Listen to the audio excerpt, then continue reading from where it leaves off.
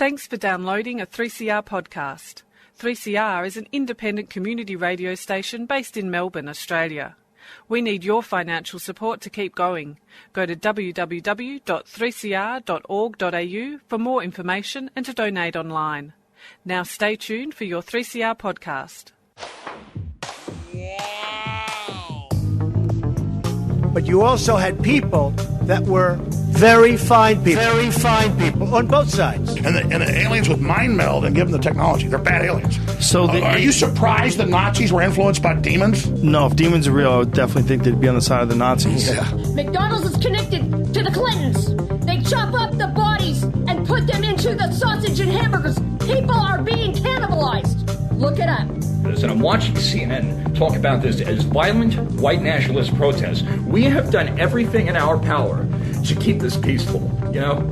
It's Pepe's become kind of a symbol. Welcome to Yeah Nah Pasaran, a show about fascism and its gravediggers. I'm Cam Smith. I'm Andy Fleming. This week we are joined by Professor Sahana Udupa, who is a Professor of Media Anthropology at the University of Munich and a Joan Shorenstein Fellow at Harvard University, and is also the Principal Investigator at For Digital Dignity. She's also recently edited a book, Digital Hate, The Global Conjuncture of Online Extreme Speech. Thanks for joining us. Thank you. Thanks for having me on the podcast. I guess just to begin with, this book, Digital Hate, The Global Conjuncture of Online Extreme Speech, in it you talk about this concept of extreme speech as opposed to hate speech. Could you perhaps take our listeners through what is extreme speech? Yeah, when I was studying vitriolic cultures online, I realized that there was very little ethnographic knowledge about people and their lived words that compose, perpetuate, and normalize vitriolic speech acts online. So there was a lot of discussion around hate speech, and there continues to be a lot of discussion around hate speech. But there is, I think, very little understanding of the motivations of people, their lived worlds, and why do they engage in these forms of vitriolic or contentious speech.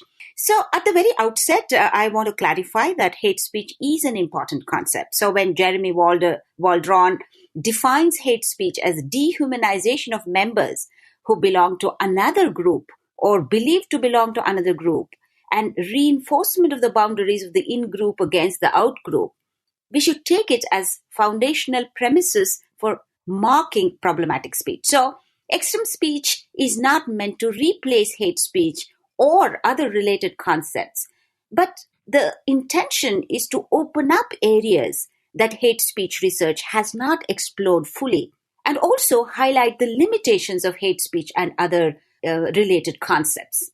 And what are these limitations? Hate speech comes primarily from legal normative definitions, and you also have terms like political extremism or online terror, which are rooted in a discourse of securitization. So in these definitions, hate speech is approached primarily as a discourse of pathology, which means it has to be diagnosed, preempted, and mitigated because of its negative effects. What we are trying to do with extreme speech is to take a step back and ask how we can understand this phenomenon in its fullest possible scope before we begin to classify and isolate. So two perspectives are very important in this exploration. One is ethnographic sensibility, as I mentioned, to understand the lived worlds of people, online users especially. And the second aspect is historical awareness. So let me just quickly describe both these aspects of extreme speech research. Ethnographic sensibility is about keen and grounded understanding of the complex realities that surround online speech. And exploring online speech as a cultural practice and not just a legal regulatory problem. This means that there is no uniform definition of civility or politeness based on which we can have a uniform approach to transgressions that can easily be named as hate speech. So I cannot come with a template about hate speech and come and understand Australian online speech cultures and go with the same template, for instance, to India or Kenya, etc. There are cultural struggles over meanings of civility. This leads to the ambiguity of online speech context. And you might think that we are just academics, we are complicating everything. I would say that this is not just a fine-grained theoretical objection, but a very practical one as well, because we know that the hate speech discourse has led to regulatory excess and misuse. Governments have squashed dissenting voices by invoking the hate speech discourse. So if we already know how hate speech looks like, we do not understand how and why people indulge in it, as well as how this discourse gets misused by different regimes. So that is where I think the ethnographic perspective becomes very important. And as I mentioned, this is also not a media-centric argument. So there is a tendency to understand contemporary forms of vitriolic exchange as something that digital communication has instigated, right? I mean, you always blame digital social media. We understand that digital social media play a very important role, but we depart from this media-centric argument. So exclusionary extreme speech, I argue, is shaped by the longer global process of coloniality. And unless we understand coloniality as a set of relations in terms of nation-state relations, market relations, and racial relations, and unless we take this macro-historical view, we are not going to understand the implications and nature of contemporary online extreme speech. So that's the kind of, marrying of close contextualization of extreme speech in terms of paying attention to social media platform logics and online cultures, etc. But at the same time, what I call deep contextualization, attention to longer historical processes of racialization, and how today's social media markets are actually technologizing these vectors and lived categories of social differentiation.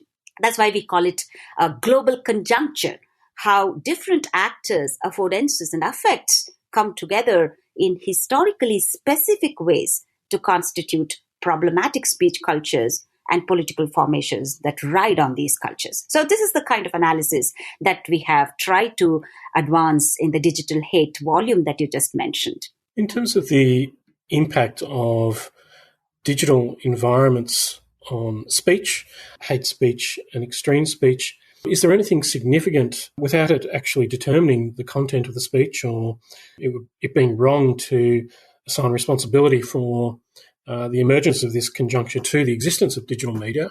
What can you say about in your research and study of digital media that reveals something about what you've described as being extreme speech? Yeah, I think, as I mentioned, when we talk about the conjuncture, we are also acknowledging and, in fact, highlighting the role of social media affordances.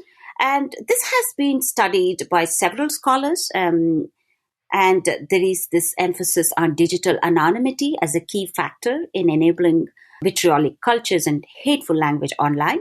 But I have kind of, pushed back against this sort of overemphasis on digital anonymity, because when you go to the field and look into local abusive cultures, then people are able to second guess who is actually abusing them.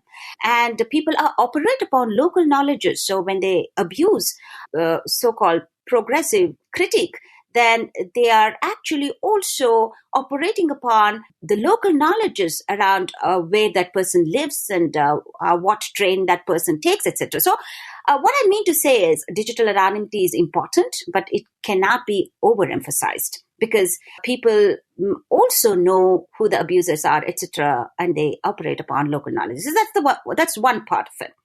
But then social media affordances are also playing different kinds of role. And in my own work, I have highlighted the importance of fun cultures in enabling right-wing discourses online. And I think fun is a particularly significant effective infrastructure, right? I mean, it is really important in ramping up online extreme speech among right-wing ideological communities in digital environments. And why do I say this? And I think there are at least 4 distinct yet overlapping aspects of fun that are important in understanding how they facilitate right-wing spaces online. So the first part is being funny as a tactical way to enter and rise to prominence within online debates. So there is this real urge to gain online visibility by being funny. And I think online users, especially right-wing users, are constantly strategizing their online entry points through fun. And second aspect is deriving fun from the sheer freshness of colloquialism and political debates. That is something that's very unique to social media debates. And this stands in contrast to the serious tone of political deliberation and official centricity. And by mainstreaming the witty political campaign styles as an everyday form of political communication. So you see this constantly on social media. So this, I call it as a sort of emergent form of colloquialism that's cemented by social media. And third is this fun. I also understand that as satisfaction of achieving a goal by working with one's own resources. And I have heard several right-wing users feeling satisfied that they were able to trend a particular hashtag, etc. They derive satisfaction by trending a problematic hashtag. And then the fourth aspect of fun is in terms of group identification and collective celebration of aggression. So that is the sort of, fun culture that I'm talking about. So extreme speech rides on so-called creative, funny online expression. So that's the direct form of online hilarity. So you're able to cloak a hateful language in the so-called funny memes and funny expressions. So what happens is it muddles moral positions. And in fact, right-wing users cheer up each other. And that's why I call it collective celebration of aggression. So fun facilitates collective pleasures of transgression, which have been effectively channelized by right-wing populist groups. So to use a more theoretical language, fun is a meta practice that embeds specific kinds of political subjectivities of sparring groups that go any mile to defend their positions, allowing social media actors to distance from and deny the political implications of what they say and share online. That's why I call it the effects of distance and deniability that fun can embed in online practice. So this is just one way to understand how social media affordances are influencing and enabling right-wing discourses. Do you believe that the right-wing actors who are engaged in this fun form of politics do so consciously? That is, they've understood what it is that you've discovered about the political possibilities that are inherent in the use of humour? Or do you think that it's more the case that this is the sort of engagement that the digital environment, digital media, and especially social media encourages in its users? Yeah, it's both. On the one hand, you see that there are deliberate and strategic use of funny epithets, and there is this organized production of right-wing memes, right? They're not just an upsurge of ground-level energies. Right-wing regimes are employing people, deploying resources to create this. It's a factory of creating exclusionary memes, for instance, right? And that meets a sort of bottom-up energy, the so-called voluntary work around right-wing ideologies that are facilitated by social media environments. That's why I call it colloquialism, to make it very informal, to make it very witty, etc., etc. So that it's both bottom-up and top-down. The campaign structures are also realizing that this is the language that needs to be utilized for propagating election messages around, especially around right-wing constituencies. One of the vitriolic online environments you've studied extensively are those of online Hindutva movements. How do you see these ideas playing out in those spaces? And also, what are some of the challenges of studying groups like that? Absolutely. I think that is one of my areas of research, and it has been quite challenging to research online Hindutva communities. And as I mentioned, fun is a very important part of this constellation, but also different other ways of embedding their discourse in public debate. For instance, there is this desire to archive debates, and they take the form of fact-checking, right? So these are the right-wing fact checks. So when a journalist makes a mistake in terms of citing a wrong figure, etc., then they would immediately come after these journalists, and then there is a lot of online trolling. So that's one part of how online Hindutva volunteers and also online Hindutva digital workers employed by different kinds of organized groups, they propagate Hindutva online. So that's one part of it. But in terms of researching them, I think one of the biggest challenges is to maintain close enough relations with these research interlocutors and also simultaneously develop and safeguard the space for critique. So in terms of researching Hindutva online and also talking to these Hindutva volunteers and Hindutva digital workers, I think one of the biggest challenges is to balance this need for a trust-based and close engagement, and also to be able to safeguard our spaces for critiquing these spaces. So that is something that's been very tricky, actually. In terms of the what you were saying earlier about a desire to locate extreme speech within a certain history and a history of modernity and coloniality, how does that play out in the Indian context when you're examining all the Indian diaspora and the Hindutva movement? Yeah, I think there is a lot to be said about how religious difference became part of the nation-building exercise. And that is related to the colonial history. And the way religion as a category became very important for political discourses also has to do with colonial encounter. And what we see today, the sort of hatred and marginalization of religious minority groups, is directly linked to how the country was partitioned, and that is one part of it. But also in a more abstract sense, I've defined coloniality in terms of three sets of relations. And one set of relations is the nation-state relation. The nation-state relation is established by colonial power, and that frames the boundaries of majority, minority, and draws the distinction between inside and outside.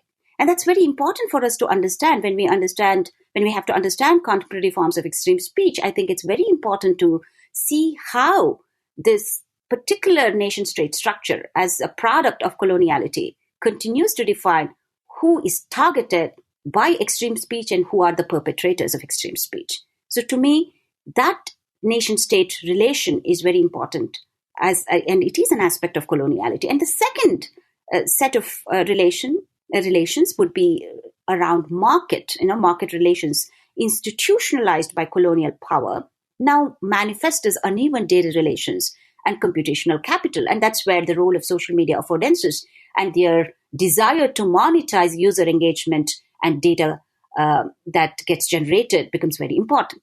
And the third set would be racial relations, naturalized by colonial power that dispose people as objects of hatred. And I think coloniality has to be understood as a global process that instituted all these different relations as an oppressive, a structure of oppression.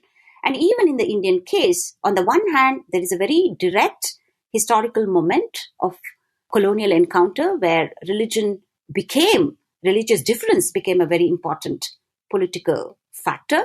Therefore, what we see today, anti-minority extreme speech, has to do with how India experienced colonial encounter. And the more abstract kind of argument is also that coloniality as a global process instituted these three relations. So we'll have to understand this particular history and the sort of broader structure of oppression that coloniality has stabilized and naturalized on a global scale. So only when we acknowledge this, I think we are able to understand the full implications of extreme speech online. We've recently seen whistleblowers at Facebook reveal quite a bit about the internal workings of the organisation, or of Meta, as it's now known. Have you had a chance to look at much of what was revealed, and what jumped out to you as being relevant to your research that was going on behind the scenes at Facebook? Yeah, I think quite a lot. I think what has happened is Facebook papers the most recent ones, have given more evidence for what we already know. Corporate social media companies are actively enabling divisive content because of their relentless chase for monetizable content and user engagement, as I just mentioned. So all different revelations and different news reports are very important, but what jumped out to me, 2 points I think stand out. First, how the company tried to evade state regulatory efforts during elections. In India, during the 2019 general elections, for instance, the company lobbied to avoid strict social media regulations and secure for itself and other social media companies a voluntary code of ethics. And I had argued even then that this is grossly inadequate in addressing polarizing content And polarizing content was circulating widely during the 2019 elections. And also, of course, they continue to circulate even to this day. So the voluntary code was weak and insufficient. All that social media companies had to do was follow some transparency in paid political advertising and create a mechanism to fast-track content moderation actions when they receive requests from the Election Commission. And this is the deal they got. In fact, social media companies were not even direct parties, and they negotiated through an association, which was used as a buffer. So that's why I called it double distancing. First, they distanced themselves from this entire process by not being direct parties. And also, by drafting a voluntary code of ethics, they escaped enforceable regulation and obligation. So that's one part of it, as we came to know once again and confirmed by the most recent Facebook papers.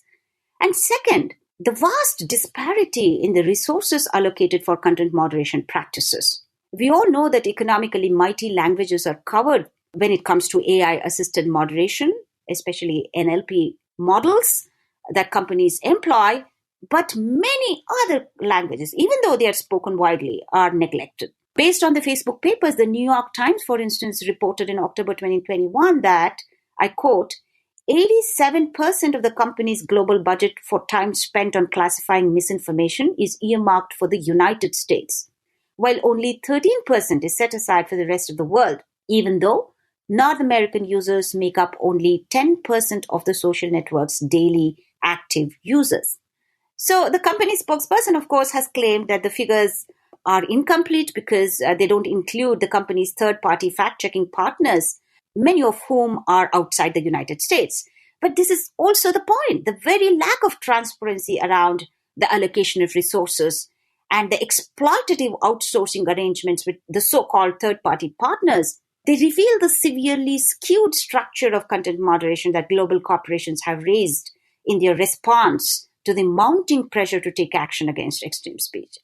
So Facebook papers, I think, have once again confirmed these disparities and unevenness in content moderation practices and resources allocated for content moderation. In terms of the movement away from or encouraging use of extreme speech as opposed to hate speech, it seems one of the factors that's encouraged that is a desire to move away from a form of moralism or liberal civility towards examining the more political aspects of speech. Is that correct? And if so, can you talk a little bit more about civility and speech? Yeah, I think as we have discussed in the introduction of this edited volume, civility as a uniform, culture-blind perspective cannot help us in understanding the varieties of extremeness and the varieties of motivations behind extremeness of speech. So that's our primary contention. And therefore, we go back to how civility is also a way to maintain the status quo. Therefore, one has to understand the cultural struggles around meanings of civility. And even to this day, I think extreme speech as a form of transgression holds the potential to push back against the status quo and raise a voice.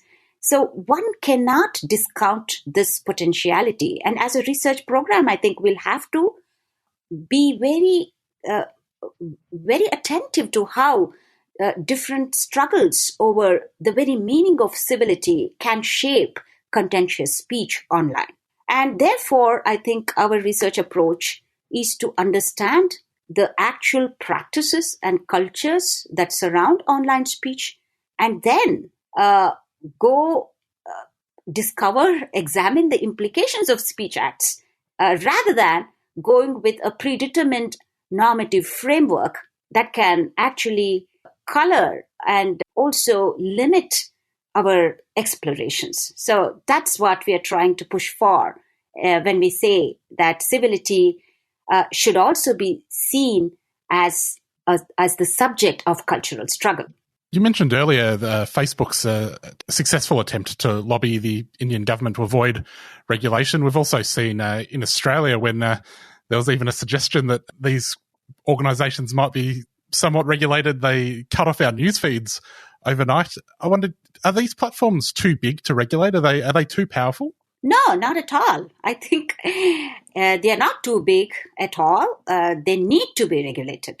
So, in fact, in the most recent research paper I wrote for the United Nations Department of Peace Operations, I have listed several interventions that can be grouped under 4 different types. Global interventions include platform governance. So there has to be a global platform, global sort of organization or a mechanism to ensure that there is no unevenness in platform governance, which means that Facebook cannot follow a certain regulatory standard in the US and then just escape different sorts of regulatory requirements in other countries simply because there is perhaps no political pressure, etc. So there has to be global conversation around this, and that's clearly one part of what we need to do when it comes to tackling extreme speech. And clearly, big tech should be held accountable. And of course, aside from these global interventions in terms of platform governance, in terms of addressing unevenness in platform governance, I've also talked about national level interventions, especially in terms of monitoring gray zones of digital disinformation and engaging repressive states that are manipulating online speech. Then there are geopolitical interventions to tackle disinformation campaigns that are weaponized for information warfare. Then I also talk about community level interventions to tackle social trust. That is the key engine for online extreme speech. So let us remember that this is a very complex problem. So even though we talk about moderating and regulating the big tech, we should also combine it with a host of other measures. So my short answer would be that platforms are not too big to regulate. And I would also add that we should not regulate only the big tech, but also small platforms. And that's something that I've been writing about recently. And if we have the time, we can also discuss about the most recent regulatory frameworks that are evolving around digital social media companies. For instance, the EU regulatory framework and the most recent Digital Services Act. It has premised that breaking open the centralized platform economy. By centralized platform economy, we mean big transnational corporates. That would be a significant step towards reducing the conditions of virality and amplification of online illegal content. So in contrast to suspicion toward the big 3, and of course this suspicion is very much justified, the EU framework has highlighted the potentiality of small platforms to offer a space for alternative discourses that could provide a more level playing field in the so-called marketplace of ideas. So here again, I see the limits of liberal thinking. The principle of proportionality elaborated in these regulations has linked the pursuit of anti-competition policy objectives with the assumption that small platforms hold the possibility to push back against the big 3's monopoly over online discourse. So although the EU proposal to require very large platforms to open up to competitors with mandatory interoperability is relevant in the pursuit of anti-competition policy objectives, I would say that this is not an obvious solution to the problem of extreme speech. Because this proposal assumes that regulating large platforms and fostering smaller platforms would create a scenario where users can easily choose between different social media communities they would like to be part of, depending on the content moderation policy and privacy needs and so on. So this approach, thick with liberal language, underestimates the possibility that this very marketplace for ideas could easily provide a way for hate mongers to hop between platforms and innovate on content. And there is so much evidence today. For instance, the right-wing, alt-right actors in the US, Trump supporters, they migrated to Parler. At least they tried to migrate to Parler. And even in Brazil, right-wingers tried to migrate to Parler. And in India, religious majoritarian activists are now rushing to an app called Coup after voicing their disappointment with Twitter for blocking their handles or demoting their content. So Richard Rogers, for instance, has shown that anti-establishment right-wing celebrities in Europe migrated to Telegram and to what he defines as the larger alternative social media ecology after being deplatformed by major social media companies, including Facebook, Twitter, and YouTube. So this is the sort of space that is emerging, not only in Europe and North America, but also countries like Brazil and India. So as the case of India suggests, politically vested interest groups are investing, and they are more likely to drive the market of multiple smaller players toward partisan and divisive messaging. So therefore, policy measures should recognize that although large multinational social media companies play a major role in the amplification, curation, and distribution of extreme speech, we should also pay attention and track how smaller and niche platforms have emerged as a breeding ground for hateful subcultures, as alternative avenues, and as transit points for the so-called mainstream hate, and as gray zones for deep extreme speech. So especially in contexts where governments are coming hard on the so-called big three for not complying with their repressive regulations, domestic platforms that use improvised patchwork technologies with backhanded backing of the ruling regimes can become the new danger zone. So this is the sort of regulation that I'm pushing for. We should definitely continue to focus on big platforms, and they are not definitely too big to regulate. At the same time, we should also pay attention to this emerging space of smaller platforms that are now offering alternative transit points to hateful language. Sahana, one thing that occurred to me in speaking about or thinking about the way in which there's developed, in terms of the internet, a very small number of very large corporations which dominate most online discourse, which has also been a factor in what's termed a certain conjuncture, which has produced a renaissance in exclusionary politics. And I think about also when the internet emerged and it seemed to promise something quite different, a diversity of actors engaged in, a multiplicity of, let's say, for the sake of argument, civil forms of discussion. Was that always an illusion, a delusion in the capacities of the internet to transform politics and society, or is the kinds of regulatory frameworks that you think might be helpful, is that a way of exerting pressure upon these companies, upon the market, to bring back to life some of those factors that allowed for, I guess, more positive, less hateful forms of political participation?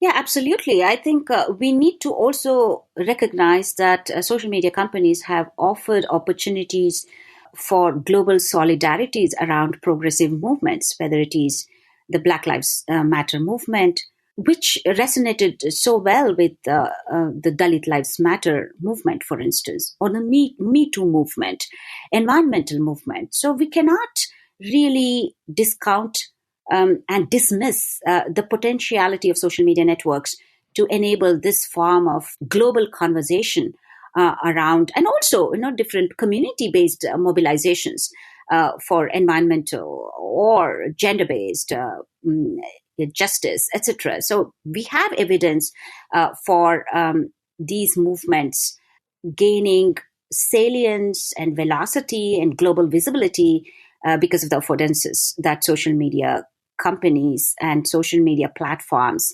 have enabled. So this is not to say that there is a clean balance, but it's just to show that there is the potentiality. And you're so right that if we design our regulatory interventions well enough, I think we can harness those energies and tackle the darker side of digital communication more robustly. And that's why I think community-based, aside from platform governance issues, community-based initiatives are also extremely important. And I've been talking about deep extreme speech in my most recent work. I've talked about how extreme speech circulates on WhatsApp groups. And this sort of virality is not really technologized. It is about tapping community-based trust and penetrating family and neighborhood WhatsApp groups. So right-wing regimes, for instance, have their people represented in these very intimate WhatsApp groups. And sharing on those WhatsApp groups are a result of both fun as well as obligation, which means by sharing content, you think that you are performing a duty. And you feel if you don't share, it conflicts with a sense of obligatory ties you have with your neighbor or your uncle or aunt. But this is the sort of intimate WhatsApp space that right-wing regimes are also trying to influence by having their representatives enter these spaces. And that's the sort of deep extreme speech. And I call it the social corollary of deep fakes. So if deep fakes are the technologized form of extreme speech, deep extreme speech is talking about the social form of tapping trust and community-based allegiances and affinities, in fact, kin-based and kin-like relationships for propagating very problematic content. I talk about this also to highlight the importance of inverting this or subverting this possibility and using these very channels for positive narratives. Sahana, just in closing, could you tell us a bit about this organisation For Digital Dignity and what does it do?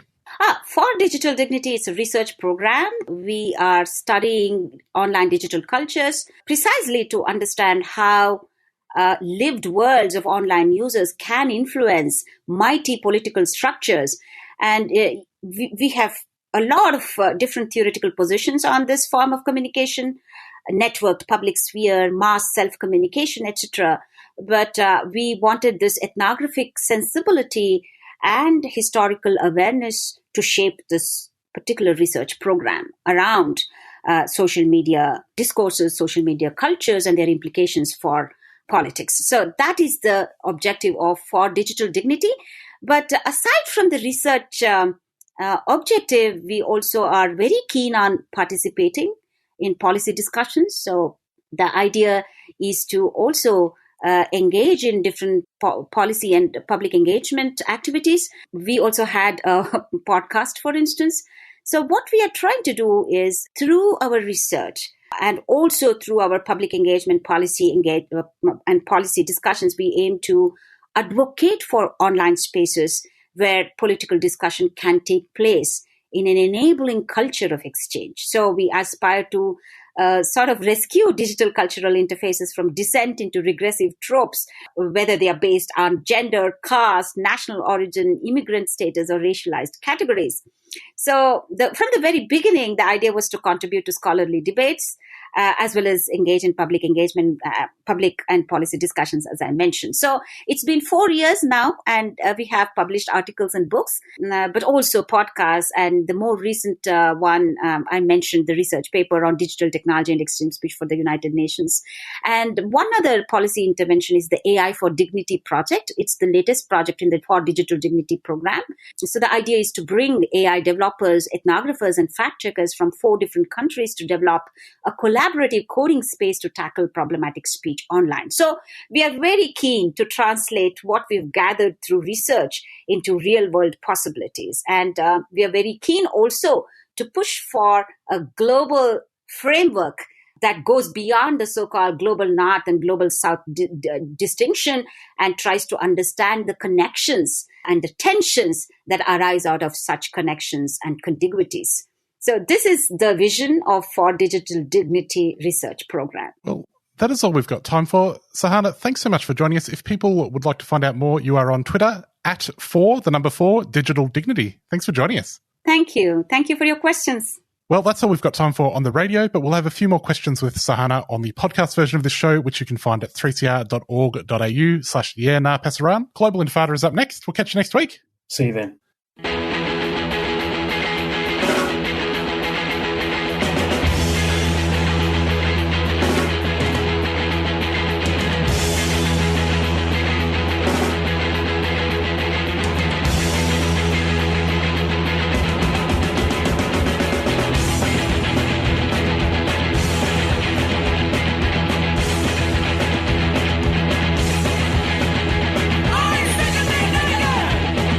Second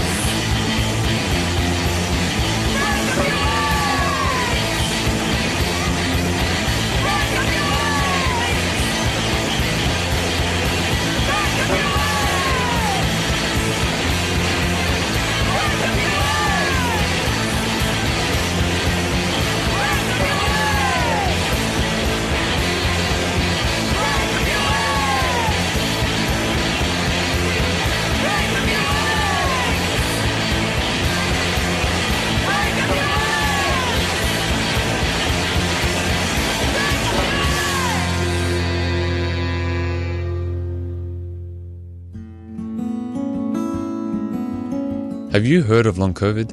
If you or someone you know have had COVID-19, you may still experience symptoms weeks or months later.